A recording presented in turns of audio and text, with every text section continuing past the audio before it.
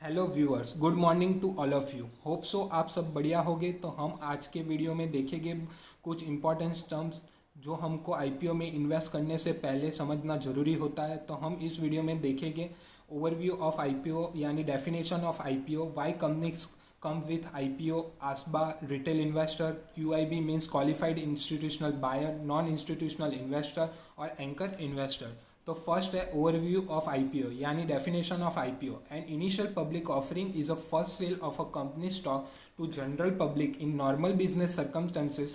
A company can raise the money by either issuing the equity or debt. So if company has never issuing the debt or equity to the public and is doing it for the first time, it's known as a IPO। यानी company cell करती है अपने share और stock first time general public के बीच, तो हम उसको general term में बोल सकते हैं कि कंपनी आईपीओ लेके आ रही है। फिर why company come with an IPO, तो कंपनी को न्यू कैपिटल यानी कंपनी को डे टू डे एक्टिविटीज़ और बिजनेस को एक्सपांड करने के लिए कुछ कैपिटल्स की ज़रूरत होती है, तो वो आईपीओ के द्वारा वो पैसे राइज करते हैं। फिर फ्यूचर कैपिटल यानी कंपनी को फ्यूचर में कोई प्रोजेक्ट हो तो उसमें पैसा लगाने के लिए पैसे की ज़रूरत पड़ती है, तो वो आईपीओ के द्वारा पैसे राइज कर सकती है। फिर तीसरा मर्जर एंड एक्विजिशन यानी मर्जर एंड एक्विजिशन के भी पैसे कंपनी आईपीओ के द्वारा राइज कर सकती है। फिर process to selling to security to public in market, फिर कंपनी आईपीओ की शेयर की प्राइस फिक्स प्राइस इश्यू से भी ला सकती है और बुक बिल्डिंग इश्यू से भी ला सकती है। फिक्स प्राइस इश्यू में शेयर की प्राइस फिक्स होती है, बुक बिल्डिंग इश्यू में प्राइस का बैंड होता है। सपोज 100 to 105 यानी शेयर एप्लीकेंट 100 से लेके 105 तक के बीच की प्राइस पे कहीं कोई भी प्राइस पे अपना शेयर सब्सक्राइब कर सकता है। फिर आसबा अंडरस्टैंडिंग, तो आसबा अंडरस्टैंडिंग यानी आसबा का फुल फॉर्म होता है application supported by blocked amount. ये प्रोसेस है वो सेबी ने डिफाइन करती है। ये एसेंशियल है for applying for an IPO. अगर हम आईपीओ अप्लाई करते हैं आसबा के थ्रू तो हमारे कुछ अमाउंट सेविंग और करंट की ब्लॉक हो जाती है। इफ़ हमको शेयर अलॉट होता है तो वो अमाउंट सीधे कंपनी के पास चली जाती है। इफ़ हमको शेयर अलॉट नहीं होती तो वो पैसा अनब्लॉक होकर हमारी अकाउंट में वापस आ जाता है। यानी आसबा एक सिस्टम है जो हमारे पैसे शेयर अलॉट हो तब तक ब्लॉक करके रखता है।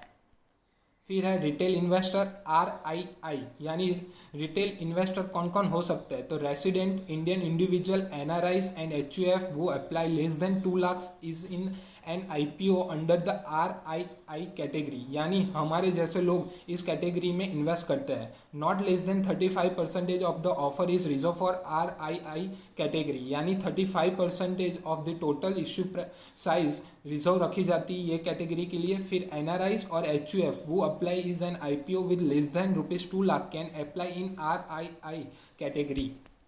फिर आता है QIB यानी क्वालिफाइड इंस्टीट्यूशनल बायर।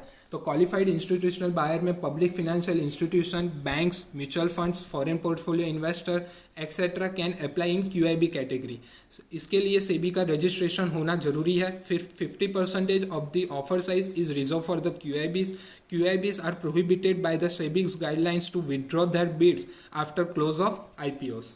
फिर नॉन इंस्टीट्यूशनल इन्वेस्टर, उसमें resident Indian individual eligible NRIs, HUF company, corporate bodies, society and trust वो apply for more than 2 lakh of IPO share fall under this category. इसके लिए सेबी की कोई रजिस्ट्रेशन की requirement नहीं होती। Not less than 50% of the offer is reserve for NII category. There are also known as a high net worth investor. इसके अंदर हम जैसे लोग भी इन्वेस्ट कर सकते हैं, बट कंडीशन ये है कि हमको IPO में शेयर 2 लाख से भी ज़्यादा के शेयर सब्सक्राइब करने पड़ेंगे। फिर आता है एंकर इन्वेस्टर। एंकर इन्वेस्टर एक QIB का ही पार्ट है। An anchor investor in a public issue refer to a qualified institutional buyer making an application for a value of 10 crore और more through the book building process. Up to 60% of the QIB category can be allocated to the anchor investor.